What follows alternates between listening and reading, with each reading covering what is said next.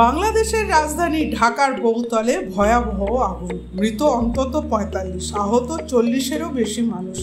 মৃতের সংখ্যা বাড়তে পারে বলে আশঙ্কা প্রশাসনের।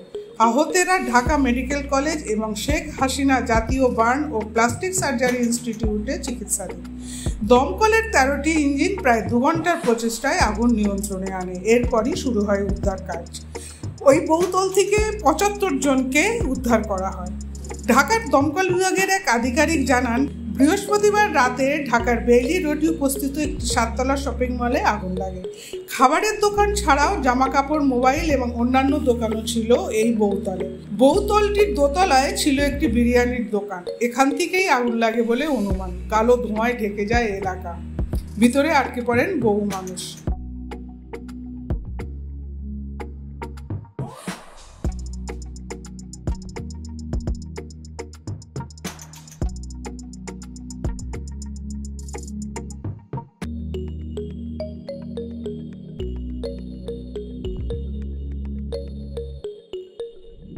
ব্যুরো রিপোর্ট, সূত্রকার সংবাদ।